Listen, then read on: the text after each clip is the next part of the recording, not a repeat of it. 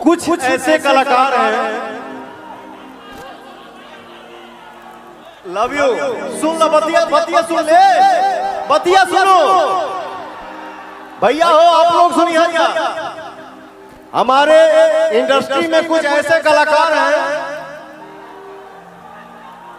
बीकी side हो जाओ यार, देखने दो। क्या करें ब्रदर, सुनता हूं तो हंसी आती है। कुछ ऐसे कलाकार हैं जो आज सौरी में से निकल रहा। अरे तो काहे व्यास जी, झमकावला से ना आई, ओरिजिनल काम कावे के पड़ी। डालडा में घी डालते हो तो डलते रह घी ना खाए। एगो तो ऐसा सवालों करे वाला हो गई बड़े से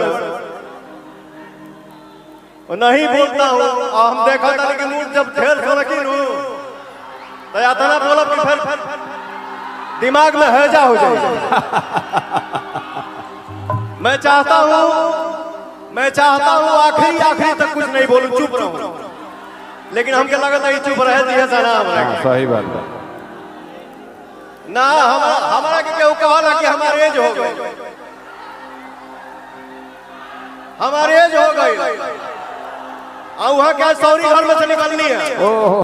खेसारी भैया और पवन भैया एक साथ मंच पर कहिया दिखाई दी लोग। अभी तो उनके से पूछे के पड़ी, बड़ू हूँ ऐसे जे उम्र के हिसाब से सब कुछ अच्छा भी लगेला। क्या बुढ़ा गेल बना का? अब हम ही तो नहीं नहीं तो वो 16 साल के नहीं खन। हाँ, सबका एक एज होता है। अब वो हीरो बनते हैं तो थोड़ा सा एज ग्रुप हो गया है। अब